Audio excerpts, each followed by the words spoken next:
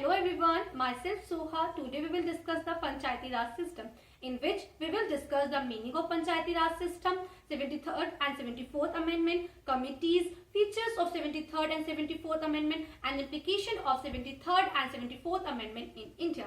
Now let's start with our PPT. So, what is Panchayati Raj system? Panchayati Raj system is a system of local self-governance wherein people take themselves the responsibility of development. It is also a system of institutional arrangement for achievement, rural development through people's initiatives and participation. In our constitution, Article 40 talk about the self-governance. What Article 40 talk about? Article 40 incorporated in the chapter on the DPSP, Directive Principle of State Policy, calls upon state to take steps to organize village panchayat and endure them to function as a unit of self-governance. It means we should organize panchayat in village who take responsibility for the development of the village. Now, where these concepts Panchayati Raj system emerged, the Lord Ripon was the first person who talked about local self-governance. These institutions were established in 1951 based on the philosophy on decentralization and Gram Swaraj. Mahatma Gandhi advocated Panchayati Raj, a decentralized governance. According to Jawaharlal Nehru, the local self-government must be the basis of any true system of democracy. Now we will discuss about the committees. Balwant Rai Committee 1957, it is give more emphasis on three-tier system. Mehta Committee formed in 1978, emphasis on two-tier system. Roy Committee 1985, free and fair election. Among these committees, the two committees are most important. Now we will discuss it in detail. Balwant Rai Mehta Committee in 1957, it gave following recommendation: establishment of three-tier Panchayati Raj system, Gram Panchayat at village level, Panchayat Samiti at block level, Jila Parishad at district level. Village Panchayat should be constituted with directly elected representative, whereas the Samiti and Jila Parishad should be constituted with indirectly elected member. Means village Panchayat should be constituted directly by the member, and the Panchayat Samiti and Jila Parishad should be constituted indirectly. In our country, two states who established the Panchayati Raj system in India is Andhra Pradesh and Rajasthan in October 1959. Now next committee is Ashoka Mehta Committee. Ashoka Mehta Committee 1978 on Panchayat Raj, appointed by the central government after examining the factors responsible for the weakening of the Panchayati Raj in the country. It gave the following recommendation, like there should be a two-tier system instead of three-tier system of Panchayati Raj. The first, Jila Parishad at district level and Mandal Panchayat at below level. Jila Parishad should be an executive body who made responsible for the planning at the district level. He also talked about reservation of seat for SC and ST. There should be an official participation of political parties at all the levels of Panchayati election. But due to the collapse of Janata Party government before the completion of its term, no action could be taken on the recommendation of this Ashoka Mehta Committee. Now, 73rd and 74th Constitutional Amendment, in which we will discuss when it is passed by the Parliament, when it is came into force, in which part of the Constitution it came, and with which title. So 73rd and 74th Amendment passed by the Parliament in December 1992, came into force in 1 June 1993, and the 73rd Amendment added in Part 9th titled the Panchayat, and 74th Amendment added in Part 9th A titled Municipalities. So 73rd Amendment for Panchayat and 74th Amendment, Constitutional Amendment is for municipalities. The Panchayat for village level and the municipalities for cities. In our next slide, we will discuss some silent features of 73rd and 74th Constitutional Amendment. The first, Gram Sabha and the ward committees comprising all the adult members registered as voters.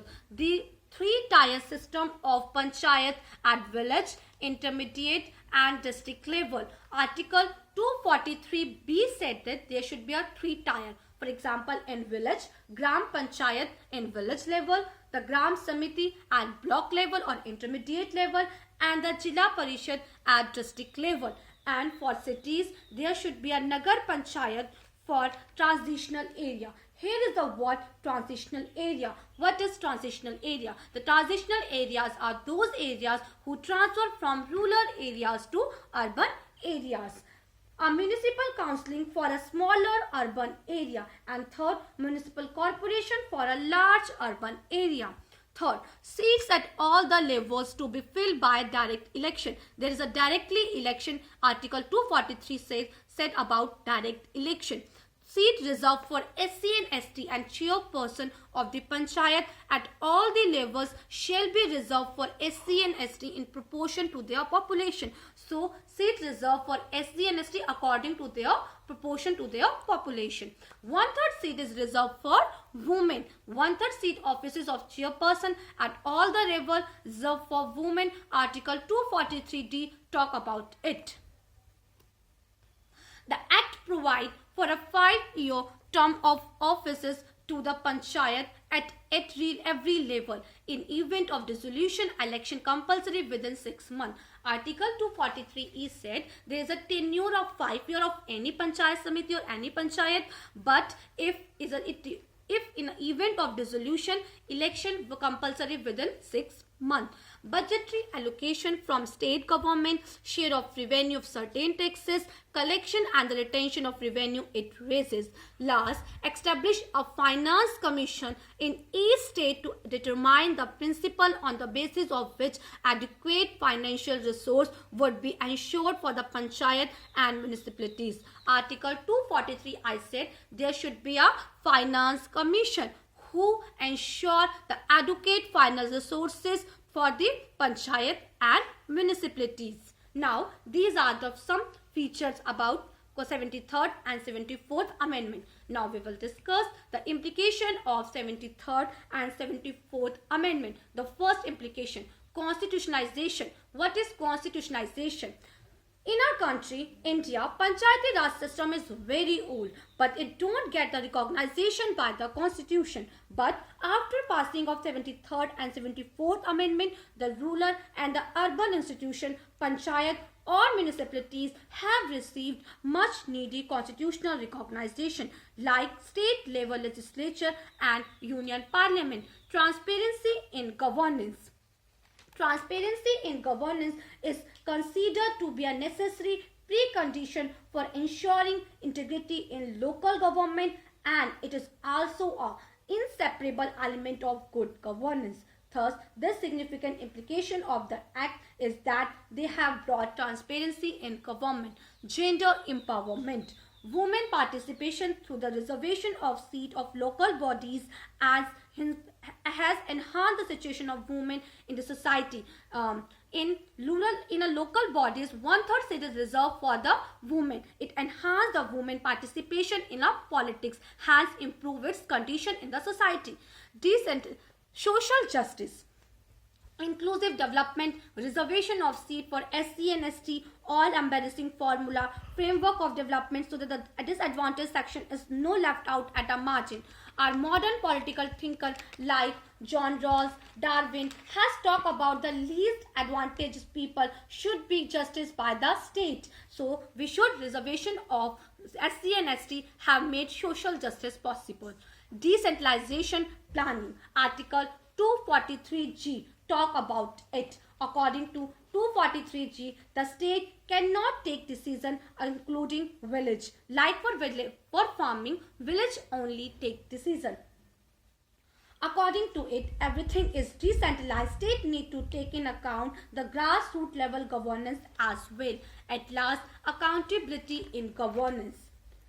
As a result of these amendments, the Panchayat and municipalities have been given in power to prepare and implement the plans for economic development and social justice in relation the matter listed in 11th and 10th schedule of the Constitution. It means the matter listed in 11th and 12th schedule responsibility of the panchayat and municipalities to enforce this, to implement the plans for economic development and social justice in their areas. Now let's conclude the Panchayati Raj system.